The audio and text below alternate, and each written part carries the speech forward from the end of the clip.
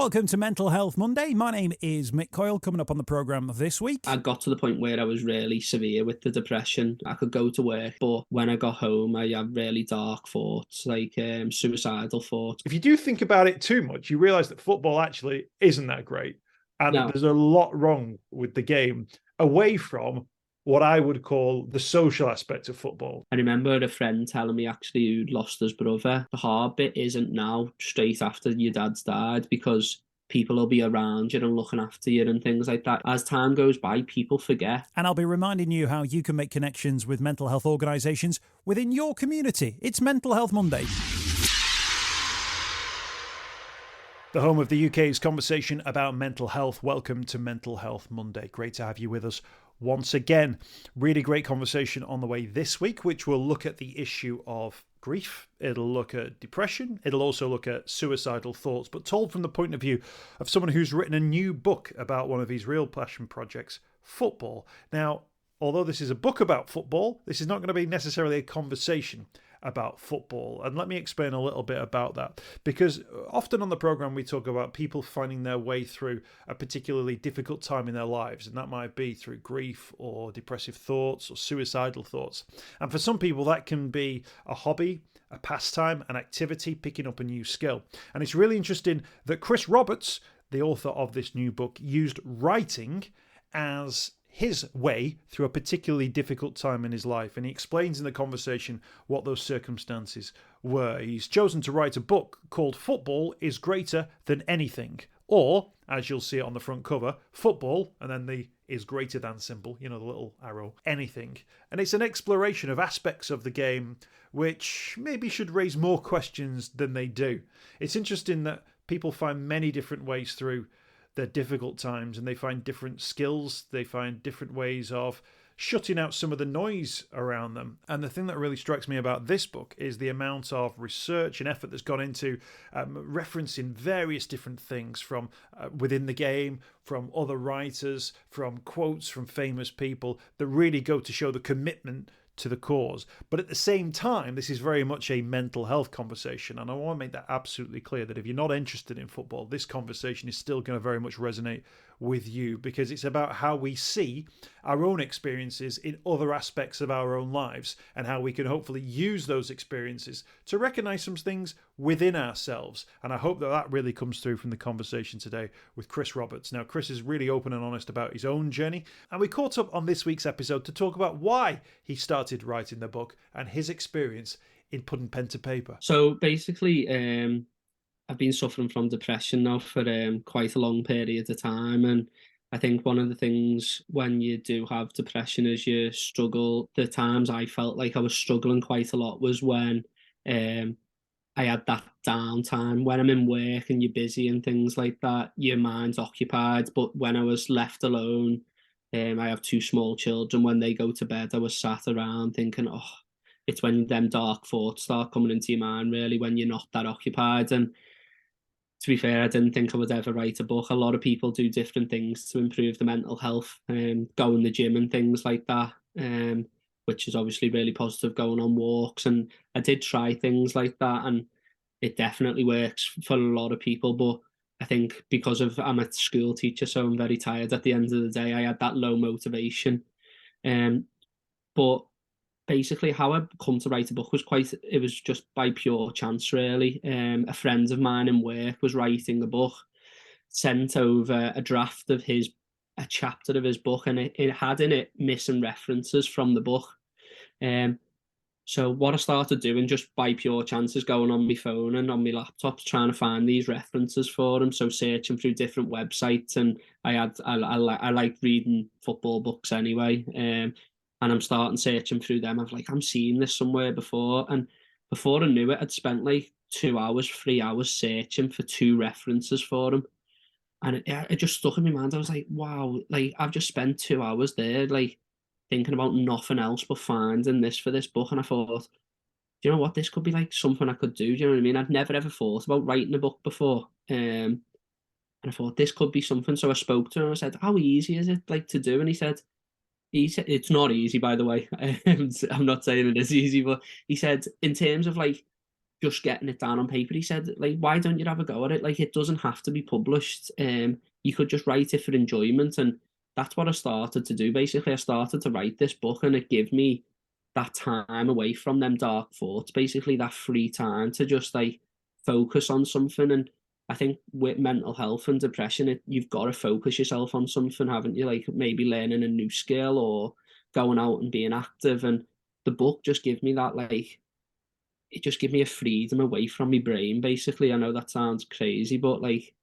it's like a constant battle inside of my head every day. And when I was writing the book, it was like that just closed off, and I was just free to just focus on something, which was amazing for me. And the book has been like a bit of a savior for me, really. Just to have that downtime, really. I was going to say, if you didn't have that conversation, and you hadn't have found that as an opportunity or explored that opportunity, what do you think life would have been like if you hadn't have started writing this book? Well, when I started writing the book, I had just started counselling at Sean's Place, which is a service in Bootle in Liverpool, which I'm pretty sure you might have plugged before, hopefully on the podcast. And counselling is obviously, I got to the point where I was really severe with the depression. I could go to work and things like that, but when I got home, I had really dark thoughts, like suicidal thoughts quite a lot of the time, and just really down on myself. And it obviously affects your family life, and it was them who it was affecting most. And that's why I realised I needed to get some help and go to Sean's Place, because I would have just carried on just trying to fight these demons in my head, I think, by myself, because I think there's a big stigma around it, and obviously it's getting a lot better now. Like people like podcasts like this and other podcasts, and it's getting spread around on social media, I think, as well, like to actually speak out and talk. And I wasn't doing that, to be fair. And I had my partner like literally saying to me, "Come on, you need to go and get help now. I can't help you." Do you know what I mean? And it was affecting everything really in my life. And if I didn't find the book, it would have been, obviously I still would have been going for the counselling, but the counselling just gives you a certain amount of help, doesn't it? You need to go and actually do stuff outside of the counselling and the therapy that you're receiving. And it was honestly a lifesaver, I think. And I've finished the book now, and I spend a lot of my time like trying to spread the message of the book and coming on podcasts and things. But it's a slight concern for me in my head now, because like obviously I do have a little bit of downtime in the night time, and I'm feeling a little bit down and things like that again. So it's finding something to obviously occupy my mind, and I've started going to the gym a little bit, but it's not as enjoyable as it was writing the book, I'm not gonna lie.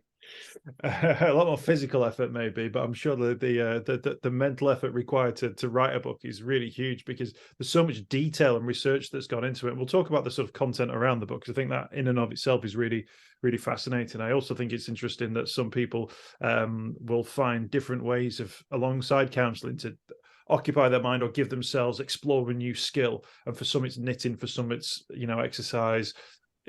I think you're the first person I spoke to who's actually used the thing of indulging yourself and your time in writing a book as being that thing as well. So I think that's really, really interesting too. Can I ask you about the family situation you found yourself in terms of the death of a parent, of course, which can be a monumental sort of thing that can happen in anyone's life. But you mentioned it right at the start of the book, which gives me a sense that that's almost a starting point, maybe from where you've been at over these last sort of last months, if you like. Yeah. So I lost my dad during COVID, unfortunately, and the circumstances around his death, obviously, it was during the second wave. I can't even remember the name of it now, but it was very difficult because he was stuck in the hospital by himself. He couldn't have any family around him, and my dad was a very I think it's like what you'd say about men in general, and this is women as well with mental health. Like he was putting on a brave face, basically. He was trying to show to us that there was nothing wrong with him. He was fine. So he wouldn't let us ring him or things like that. And because he did, I think obviously he knew how ill he was really, and he didn't want us to hear it on the phone and things like that. And eventually he got put in a coma. And then the only time we were able to see him was when they were actually turning off his life support machines and things like that. And a lot of it is obviously really upsetting for me seeing my dad like that as well. But it was obviously being on them COVID wards was just horrendous. Witnessing other people, because the layout of it meant that you actually saw people who were still alive, but just on ventilators. There was people who were awake, and it really hurt me just thinking, oh my God, my dad's been on this ward for like 2 weeks and he's seeing people coming through, seeing their family members die. And I was thinking it must have been like so scary for him. And that's what it is. My dad was always there for me, do you know what I mean?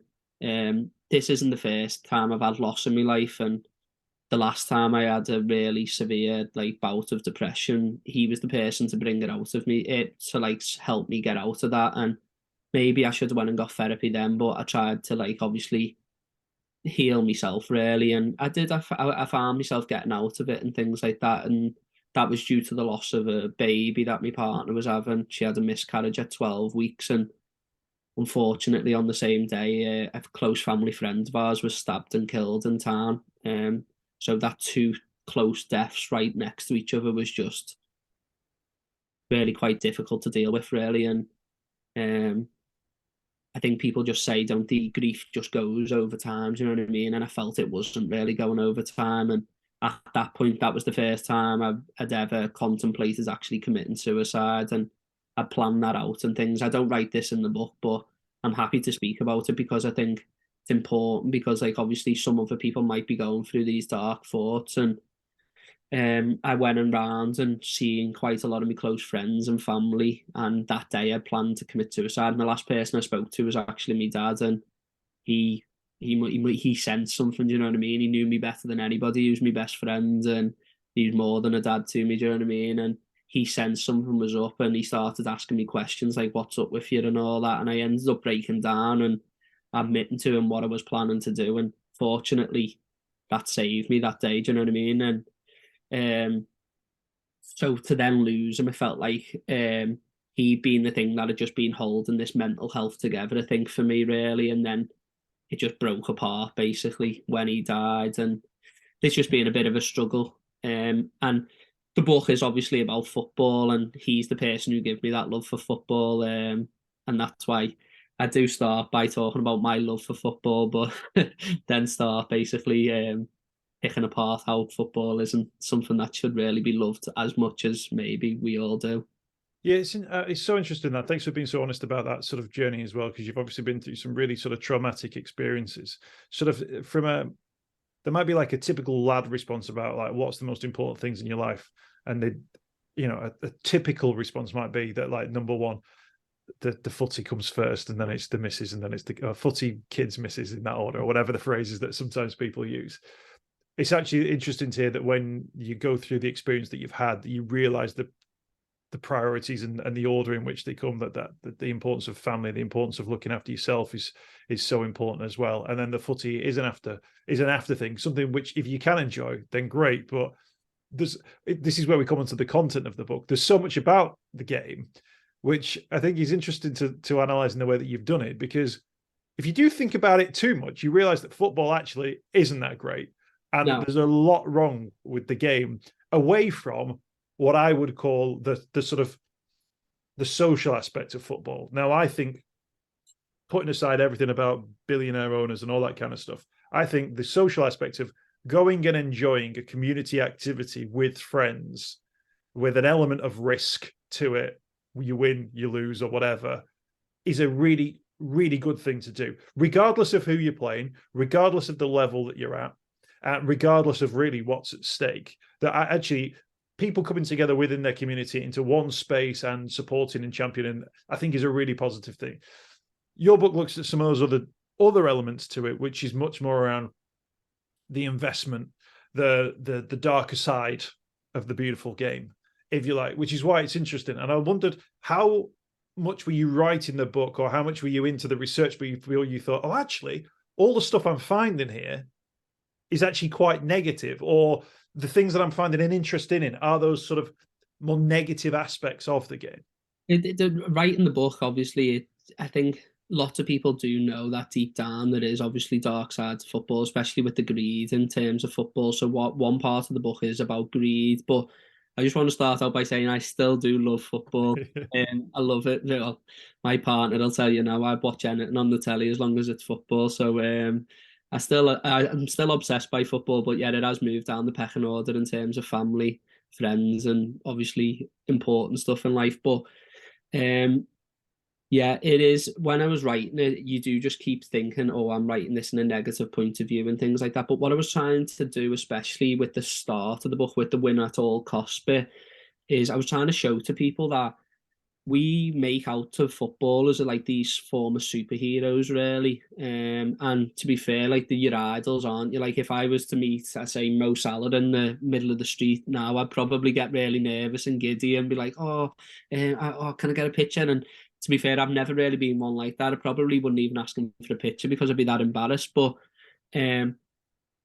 these players are suffering from mental health as well. I think that's what I was trying to do in the first part of the book, really look at how footballers' mental health is affected by this need to win at all costs, basically, is the first section of the book, looking at that. And it's really like bad, like, some of the things these players put themselves through. And we don't really think about that because we put them as like they're like celebrities, aren't they? They are like these superhumans because obviously we'd all dream to be a footballer when we're younger, but the stuff they have to put themselves through in terms of, like, I look at injuries, for example, like playing through injuries is just like crazy, and that affects their mental health, obviously. And then I go into like the aspect of like taking drugs to be better than others, and taking drugs obviously to deal with the mental health issues. So like recreational drugs, moving away from the performance enhancing drugs. So that's what it started.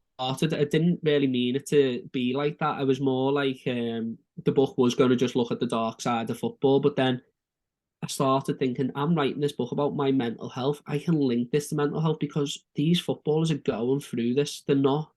It's not just normal people in society. I'm not saying they're any different to us, by the way. They are just a normal human being as well, but they're suffering from this as well. And I've got a statistic that 1 in 5 players questioned by the PFA and all the English Football League said they suffered from some form of anxiety or depression. So that just shows you, like, 20% of players saying that just shows you that it's rife in football as well as in society, really. I think sometimes we get those stats, don't we, around, oh, it's 1 in 3 people or it's 1 in 4 people, and it's kind of easy to brush because you think of in society. But actually, I always think, right, well, that's 1 in 3, 1 in 4 in a classroom. That's 1 in 3, 1 in 4 in a dressing room. That's 1 in 3, 1 in 4 police officers out on the street. 1 in 3, and I think when you start thinking about it in those terms, you start to think, hang on a minute, what's going on here? I think it's always interesting. You mentioned your sort of passion for football books as well. Sometimes when stuff happens in football or in life, sport in general, where you're thinking, what's going on there? Or like, why has that happened? Or why is that player not played? Or why has he played so badly? Or why has the club not achieved anything? You read like the autobiography like 15 years later, and they'll go, oh, that night this happened or that happened, or they had an alcohol addiction, or they had a painkiller addiction, all these, and then suddenly you go, oh, that makes sense. No wonder our team was never winning the league, or no wonder we didn't do anything, because all of these things. I think those things around when people are honest about those situations, everything seems to make a lot more sense. And if you're able to view these situations in the round, if you like, as this is an experience of human beings, they tend to make a lot more sense rather than going, why didn't we win? We should have won and we didn't win, and now I'm disappointed.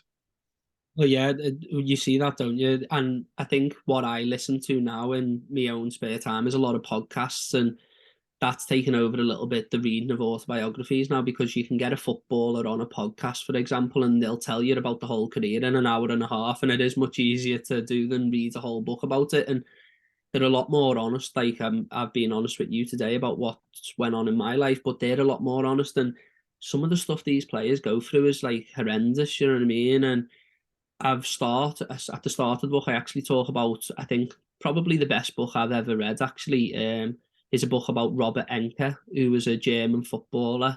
He was going to be the German national goalkeeper in the World Cup. He suffered from depression his whole life, basically caused by the pressure of playing for Barcelona, was where it really started, and the fans turned on him, the manager didn't want him and things like that. And he had that depression his whole life, and people thought, oh, he's happy, he's getting through it, he's getting through it. And then one day he just decided to go and drive in front of a train and killed himself, literally a couple of months before the World Cup. And it looks into like private notes that he's wrote, and it's his close friend who writes it, who's a journalist. And it's a brilliant book, but obviously it's a sad ending. And I think that just resonated with me really. You know, when I was going through my own struggles, I read that a couple of times and I thought, like, he could go through patches of being okay, but then not okay. And it's just, it is depression's just obviously it's up and downs, isn't it, really? And mental health is up and downs, really, depending on what you suffer from. And it just really stuck with me, really. And that's why I started the book with that. And also mentioning Alisson Becker, you know, the Liverpool goalkeeper. Like you said, when I lost my dad, the football really took went on the back burner, really. Obviously, you couldn't go the match in a season ticket holder, but you couldn't go the match. And it wasn't really bothering me. Like, if Liverpool get beat, it will bother me usually. But it wasn't bothering me. Obviously, I was just zoned out, and I wasn't really enjoying when they were winning. I wasn't really bothered when they were losing. And then I think his dad died as well, like about a month after my dad, and I think it was about a month after that. So I've went 2 months of like just watching football, not being bothered about it. And I don't know if you can remember, he scored the goal in the last minute, Alisson, and he broke down in tears, and I broke down in tears. Like, and by the way, I've been to watch Liverpool in Champions League finals and things like that. I've never really cried before at a football match. It doesn't bring out that emotion in me. Obviously, I'm happy, but I don't cry to that extent. Even if they lose, I don't cry. But I just found myself in tears crying because I could see the pain in his face, and knowing he's going through the same thing as me, really. And he's had the strength to do that. And it gave me a little bit of a kick to think, because I was moping around, I need to start trying to do something here a little bit. And I started going on walks and things, but still, obviously, I wasn't scoring a goal in the Premier League. Yeah. So for people who don't follow football, by the way, so Alisson Becker is a goalkeeper, so wouldn't normally be the one who'd be expected to score a goal. But Liverpool were playing probably the worst team in the league, but couldn't get anything past them. And in the last minute, the goalkeeper goes, you know what, I'll have a go, and steps up, which is why it creates this sort of iconic moment. If you type it into any social media, you'll find little links where people put like the Titanic music behind it, yeah, and all that kind of stuff, because it's this epic moment. But of course, these things matter so much more to different people for different reasons, which we don't know. You know, and if you had been sort of caught on camera at that point and that had appeared on social media, people would have gone, oh, look at this Liverpool fan crying his eyes out over. But actually, when you go, well, here's the reason and here's the story, it makes so much sense, and then that becomes that completely understandable reaction. I noticed a lot when the Queen died, and people can give or take the royal family as much as they want, that's fine, but a lot of people, and I know people who are like this, who had lost people, particularly during the pandemic, were absolutely like devastated by it. They'd never like been down to Buckingham Palace to see her or anything like that, but it was when the Queen died, as a nation, we were almost given permission to grieve. We were actually told, here's 11 days where there's going to be ceremonies and there's going to be moments and you can pay your respects. And actually, a lot of people, you know, you mentioned your dad's situation there, had gone through a period in that last 2 to 3 years where they never got any of that. You know, there was none of that emotional experience. But actually, when the Queen died, I think a lot of that came out because people suddenly went, oh, now I've got permission to grieve. That literally the TV's been switched off. You know, the radios are playing songs, sad songs. You know what I mean? All of those things kicked in that we don't get when we know somebody dies. You get the afternoon off, then you get the day off to go to the funeral, and then you crack on because that's what the system is. Whereas actually sometimes you get those moments where something means so much more, and that's, I guess where the emotional hit can come. Yeah, I think with the Queen as well, like obviously her funeral was everybody was able to attend it, but she went through a little bit of the same trauma as us in terms of when her husband died, didn't she? They would only allow 30 people at the funeral, and that was a big thing for us as well. You know, as a family, that really hurt. It was upsetting for us, you know what I mean? And it must have been upsetting for friends and family who couldn't actually be in the service. And like you said, it was crazy time during COVID and things like that, because you weren't able to actually go and see your family and things like that, and obviously share that grief.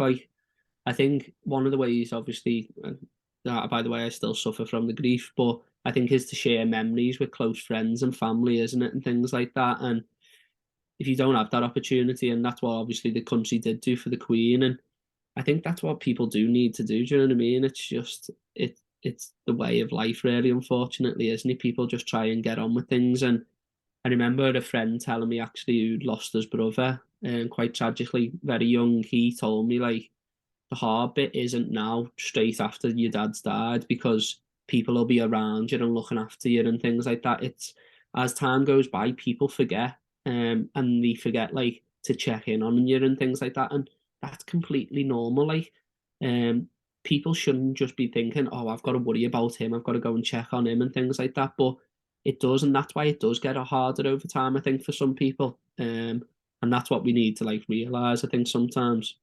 Yeah, I think it's interesting, isn't it? Particularly when it's fathers, grandfathers. We mentioned the Queen as well, but like people have roles, don't they, within sort of family groups and that. And I think that's the thing with generationally.